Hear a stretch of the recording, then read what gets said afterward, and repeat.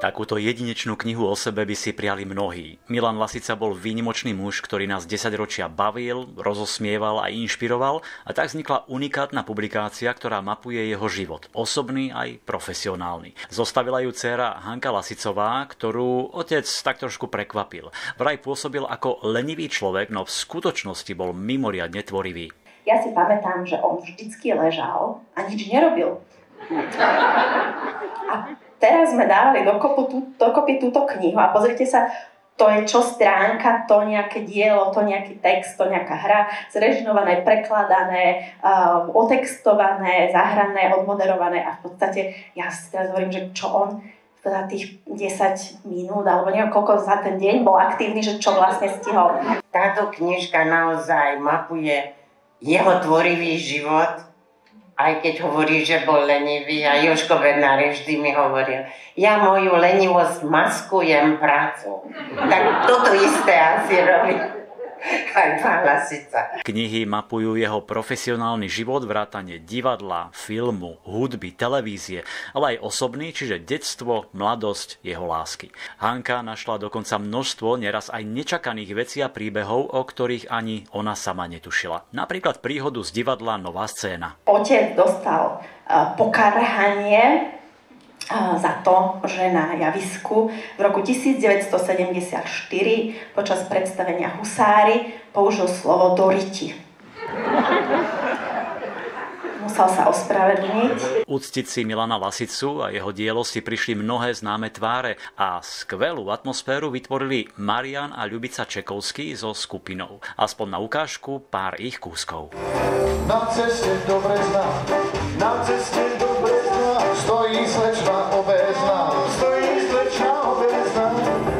tí sťahovaví vtáci už zase odlietajú. Tak totiž obnaží sa láska, keď emócie pominú, už totiž myslím aj ja. Už nahlas ani slovo nepoviem, samota chodí za mnou ako tieň a pri nej, že im bude hej.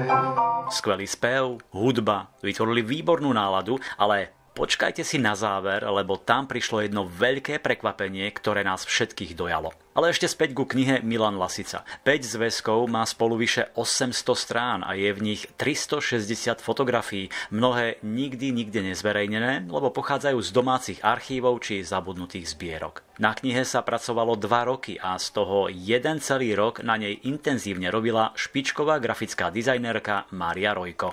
Keď si ju zoberete do ruky, uvidíte tú obrovskú lásku, tú obrovskú zručnosť tomu, čo Majka robí, a tú úctu k pánovi Lasicovi. Človek, keď takto v podstate do hĺbky ide do tvorby génia a majstra, ako bol pán Lasica, tak si veľmi veľa vecí uvedomí jednak v kontexte doby, v ktorej tvoril, ale aj v kontexte vzťahov. Luxusná verzia knihy Milan Lasica vyšla v limitovanom počte 200 výtlačkov v spomínaných 5 zväzkoch. Každá obálka je potiahnutá plátnom Duchesse, z ktorého sa už pred stáročiami šili elegantné šaty či kostýmy na slávnostné príležitosti. Farebná orieska, špeciálne otvárateľné púzdro a grafika od Šútyho, ktorú vytvoril len pre túto knihu. Knihu uviedli do života naozaj originálne. Lucia Satinská priniesla otcov senník, alias snár, a poslala Milana Lasicu do sveta prečítaním jedného sna. Pridáva sa k bojujúcim. No a na záver prišlo to sľúbené prekvapenie. Kultová trojica Milan Lasica, Julo Satinský a Jaro Filip majú následovníčky v podobe dcér Hanky, Lucie a Doroty. Je to niečo, čo tu ešte nebolo. A tie zaspievali ich legendárnu pesničku Do batôžka. Prvý, možno posledný raz, každopádne vo svetovej premiére.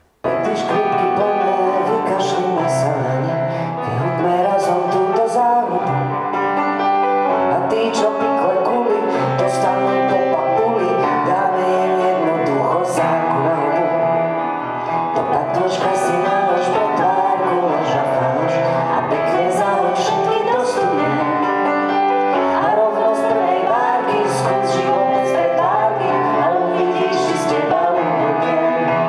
perlička.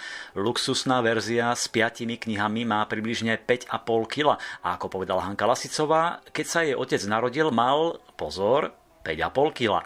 Luxusnú verziu si môžete objednať iba na www.luxusnaknižnica.sk. No v knihkupectvách nájdete aj klasickú, lacnejšiu a menej výpravnú verziu.